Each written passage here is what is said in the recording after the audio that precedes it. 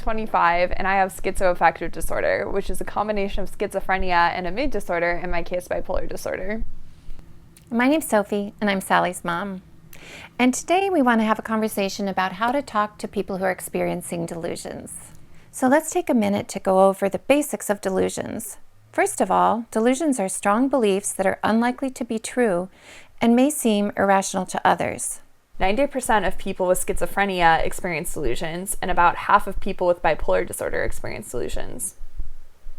For parents, it's really scary when your kids are experiencing delusions. It's really hard when they are seeing or believing or hearing things that we know aren't true, and we tend to really want to try to fix that, and that means talking them out of it.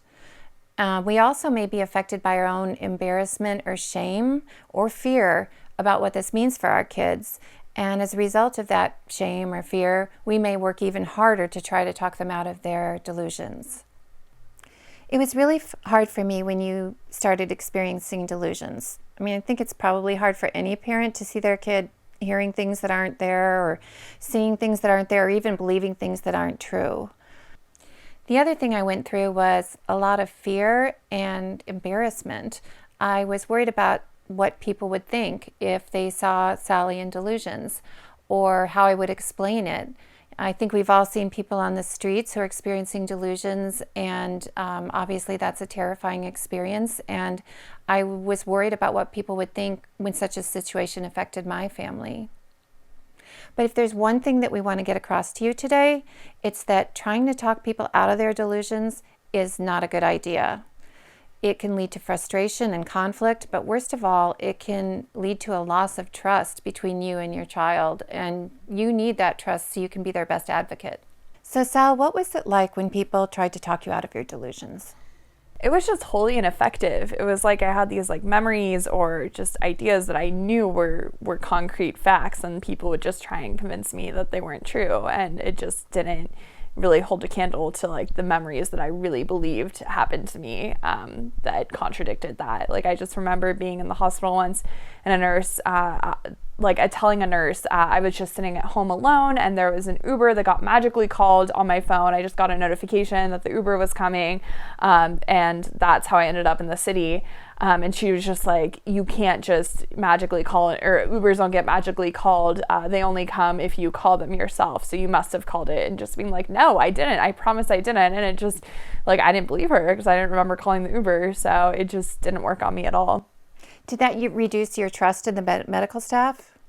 Yeah, it honestly just made me think this woman was less intelligent, or I'm you're so stupid. Ubers can come magically. Of course they can, because I experienced it. So I just didn't really it's not like I didn't trust her, didn't like her. I was just you were incompetent. It was frustrating, Was there anything she could have said that would have convinced you? Could she have shown you an article or anything like that? No, because I just thought it was just my experience. To this day, I have no idea how that Uber got called, because it took me to a concert venue in San Francisco that I had never been to before, and I just don't know. I guess I must have called it, but I don't know. I don't remember doing that. And if I didn't have the memory of doing that, and I did have a memory of it getting magically called, there's not really much you can say that's going to make me discount my own memory. One thing that I found was kind of interesting is that I had been through this before with my other child who also experienced the onset of delusions. And so I knew what to do this time. So I think I never challenged your delusions, but we had something interesting to happen because you could still tell that something was different. You want to talk about that? Yeah, I just don't think you're a very good liar. And when you would say things, you often said oh, I'm not sure what you're talking about, but I could tell you were lying as you said that. So in my head, I believed that my life was being controlled by a team of psychologists experimenting on me against my will. And when I would express that idea to you, you would say, I'm not sure what you're talking about. And I was like, you're lying.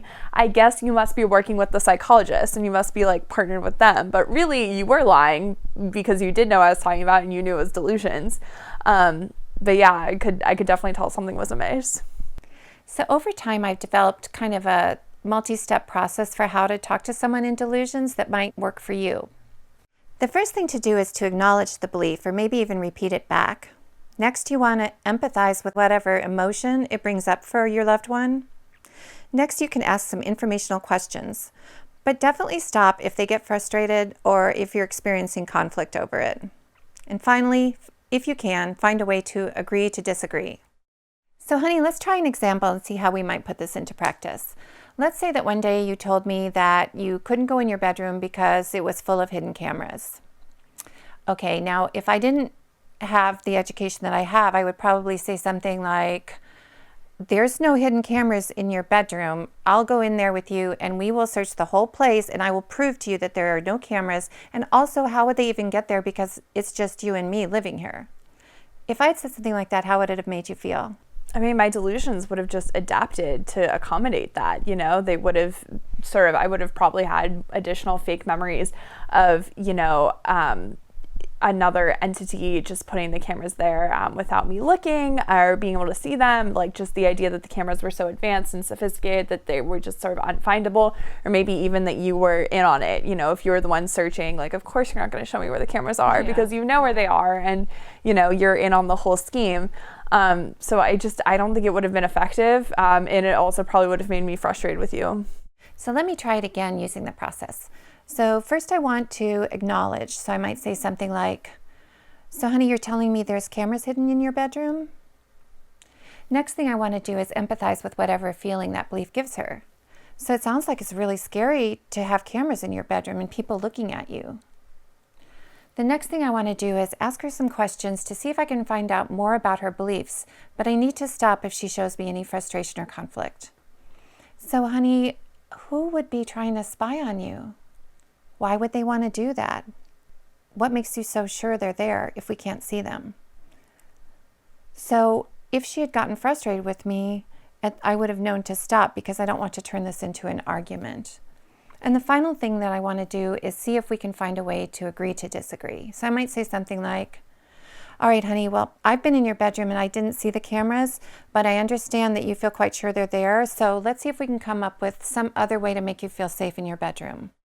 So to summarize, delusions are very common in both schizophrenia and bipolar disorder, and they are treatable. And the number one thing to remember if a loved one is experiencing delusions is to not challenge their delusions. So the next time your loved one is experiencing delusions, remember these steps. Acknowledge, empathize, ask informational questions, Stop if they get frustrated, and agree to disagree. So to wrap up, I know what we're asking you to do seems really counterintuitive. When someone is experiencing a reality that you aren't, of course it's natural to want to talk them out of it or to prove that they're wrong, but remember that will only lead to frustration and a lack of trust. I also want to mention a book that was really helpful to me and lots of other people whose kids are experiencing delusions. The book is called I Am Not Sick, I Don't Need Help, and it's by Dr. Xavier Amador. You can get it on Amazon. Thanks for joining us, and we'll see you next time.